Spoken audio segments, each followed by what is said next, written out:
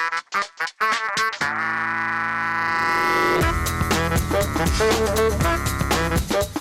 welcome Michael Ferguson. Michael holds the distinguished title of brewmaster. He serves as director of brewing operations for the BJ's restaurant chain. He had more than 2 decades of experience in the craft beer industry, something of a pioneer. He's also the host of the Emmy-nominated show Beer Geeks, which recently became part of the Ora TV family, for which we welcome you. Thank you so much. It's a real pleasure to be here. Thank you. We'll talk about Beer Geeks in a minute. My father owned a little saloon before he tried to enlist in World War II and then went to work in a defense plant. So I was drinking beer from a tap out of a keg when I was like 5, 6 years old. You brought some examples. So we talk about the craft and everything. How many different varieties of beer are there? There are literally hundreds of styles. Okay. And they're everywhere, right? And they're everywhere. They have different origins in countries from around the world. Even a couple in the United States. We have 2 styles invented here in the United States ourselves. Which are the steam beer, all right, which is commonly known as California Common. And there's also one called Kentucky Brown. The recipe was lost, but many people have been trying to replicate it. Let's just sample a little of these. Indeed. So the first one here is a Harvest Hefeweizen. That's what my company's Bavarian-style wheat beer. Now, this is going to be a little bit different from an American-style wheat beer, but it's going to have this banana and clove flavor. Yes. Give that a try. It's nice beer. Isn't that good? Very flavorful, very light, easy, refreshing to drink. Now, on the other hand, the Jeremiah Red here is a very strong Irish-style red. Okay. Red beer. Red beer. Very low in hopping rate, all about malt. I'm going to ask you about how all these are made now. Mm-hmm. Also nice. Yes, these are very good. Now, one of my favorites here is the Millennium Grand Cru. This comes out once a year at BJ's, and this is a 10.2% spiced Belgian ale. How many BJ's are there? There are 154 in 22 states. Okay, just got 10%. 10.2%. Ooh, a little tangy. Yeah, well, it's a nice spiced Belgian triple. Yeah. Now, here's an experiment. This is ale, right? This is ale. What is ale? Ale is there's 2 things that denote this primarily. One is the type of yeast. You have bottom fermenting yeast, which is lager yeast, and you have top fermenting yeast, which is ale yeast. In this particular case, the real flavor difference comes from the temperature of fermentation. The higher the temperature, the more byproducts you get. Is it a different type of person that likes ale? Yes, usually that's, I find that. I'm kind of a lager lad myself because I'm German trained, but there's people that like ales like more robust flavors. Is beer a men's drink? Not anymore. No? Not anymore. It used to be considered a men's drink, but what happened was during the Second World War, when most of the men were off fighting battles and women were building the machines for war, they started drinking a lot of beer. This is ale. This is ale. This is a peppermint porter, experimental beer. Not my cup of tea.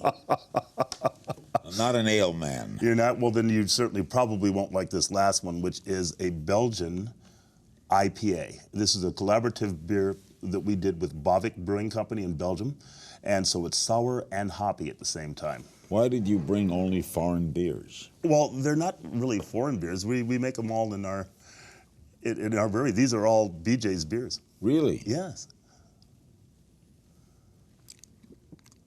Last 2 are okay. The first 3 were great. So a beer used to be lowbrow, right? Of beer, wine, spirits, beer was the low end. Well, that kind of was right in the middle of the whole beer thing. It was blue collar, but historically, it was the nectar of the gods. All right. In Sumeria, only the high priestesses could make the beer, and there was a god for beer, a goddess for beer called Ninkazi. Okay, so it was really nectar of the gods. How'd you become a brewmaster? Accidentally. I applied for a job as an engineer. Where? In Palo Alto, California, at a Gordon Biersch, and Dan Gordon hired me out of 60 applicants, and I never looked back.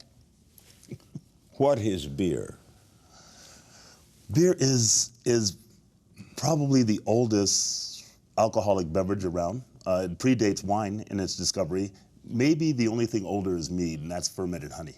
So beer is made with? Beer is made with barley. It's made with water. It's made with hops. It's made with yeast. Some people put other things in it, like Hefeweizen. There's a lot of wheat. Budweiser, happens to use a little bit of rice in theirs, and Miller uses corn in theirs. So, I mean, there's all different sorts of things. But I suffered under the Reinheitsgebot, which is the German purity law, established in 1516, that said only 4 ingredients can go in beer, and that was hops, water, yeast, and barley. Where was it invented? Oh, geez. Now, that's a good question, because basically I believe that it was discovered. There's anecdotal information that says where people had dry stores of bread, the bread got wet in the dry stores and it fermented. And when people ate this bread, they said they had a euphoric feeling from eating the wet bread. And so it only takes a little bit of mental play to consider what they did to start making beer. Just taking grain, letting it naturally ferment. Do you have a favorite beer? When I tell people it's the beer in my hand, they think I'm fooling. But beer is so subjective, and it's all about the mood. All right? Am I going to be drinking an imperial stout after mowing my lawn? Probably not. I'm going to drink maybe a Pilsner beer or an exporter like our Brewhouse Blonde.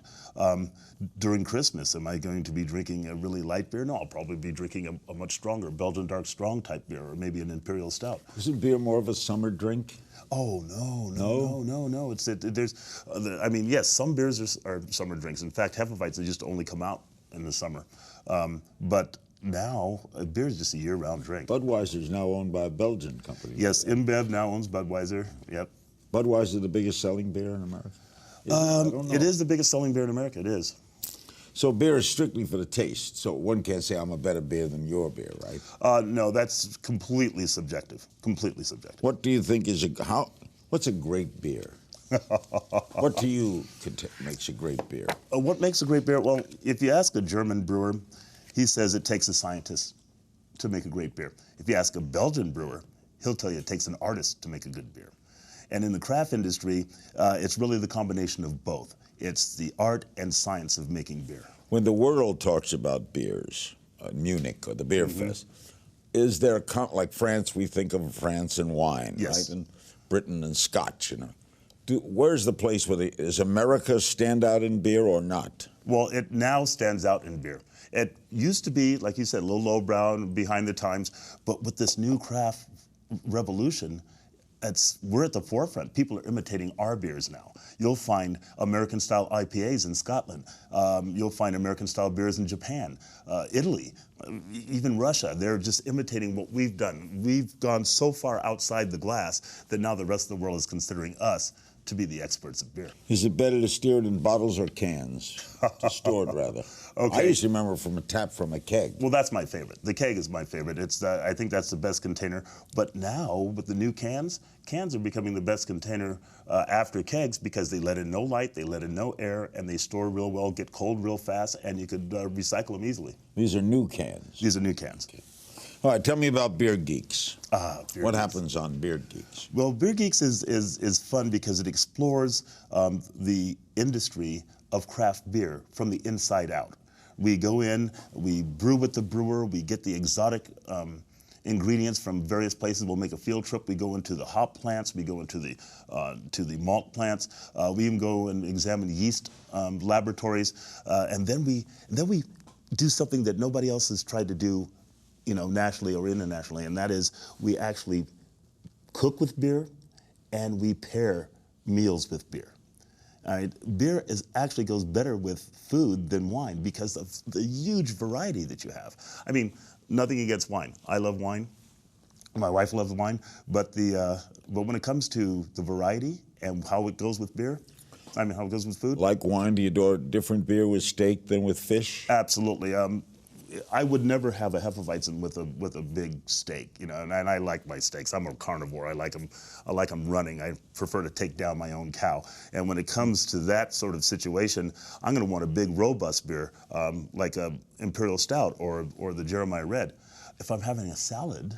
What made Germany famous with beer? Why Munich? Why is the Beer Fest? Because they were very staunch. They were very staunch. They had a clear view of what should be in beer. are, I mean, being trained by a German brewmaster, everything about them, it's just like they make their cars, everything in its place. The tools in the brewery are hanging where you need them, in the slot where they have to be. The beer itself is taken such care of. TLC, lagers take a lot longer to make than ales. So, I made a speech in Cincinnati during Munich week, and Cincinnati's a big German town, yes. Why, they have it flowing in the streets. Yes. Pouring beer everywhere. The whole town gets sloshed. It's wonderful. It's a wonderful place. Sam Adams, Jim Cook, my buddy Jim Cook at Sam Adams, he's got a large brewery in Cincinnati now. How many different beers does Sam Adams make? It's got to be upwards of 50. They've really grown. They've really grown, and the sad thing is that a lot of people look at Sam Adams and they think of them now as kind of a national brand. Yeah. But every year he comes out with something new. Is this show only for beer lovers? Oh no, it's for foodies. It's for anybody that's interested in any sort of alcoholic beverage. But really, it's about food and beer and the community and the people. My producer, David Page, is incredibly astounded by the quality of the people that are in the brewing industry. They're the nicest people you'll meet. Are brewmasters considered real specialty? I mean, there are great brewmasters. Oh, absolutely. I can name you 100 and have another 100 mad at me for not naming them. There's just my boss, Alex Puchner, Garrett Oliver, Vinny Salerzo. So when beer is being made at Budweiser or Miller or anywhere, there's a brewmaster there every day? Absolutely. Absolutely. There's always somebody taking care of that. Whereas the lighter beers aren't my style. I like to play on the dark side. But Budweiser, Miller, Coors, those are some of the best brewers in the world. They have a consistent product all the time. Okay, and there's always a master brewer standing around. What's the percentage of alcohol in beer? Your normal beer average would be 5%. Okay, we're going to have some big, quick questions for you. Favorite style of beer right now? Right now, I'm going to have to go with my German lagers. Next big thing in beer? Next big thing in beer? You never know. It comes out of the left side. Right now, the biggest thing happening is the Session IPA. That is a hoppy beer with low alcohol for the hopheads that want that hoppy flavor, but they can drink it all day. And they're called hopheads? Yes. Beer you'd pair with lobster risotto? Oh, that's a great question because I would go with probably a nice Pilsner, but you know, this Grand Cru would go very well with that. You wouldn't have beer with a chocolate cupcake? Oh, absolutely would. What are you, crazy? Oh, no. That would be conflicting tastes. No, it wouldn't be, actually, because if you look at an imperial stout or a barley wine or one of these big, thick beers that have a nice, huge residual sweetness, it goes along with that very well. I remember my father, he passed away when I was only 9.5, but what would you have beer with a bagel?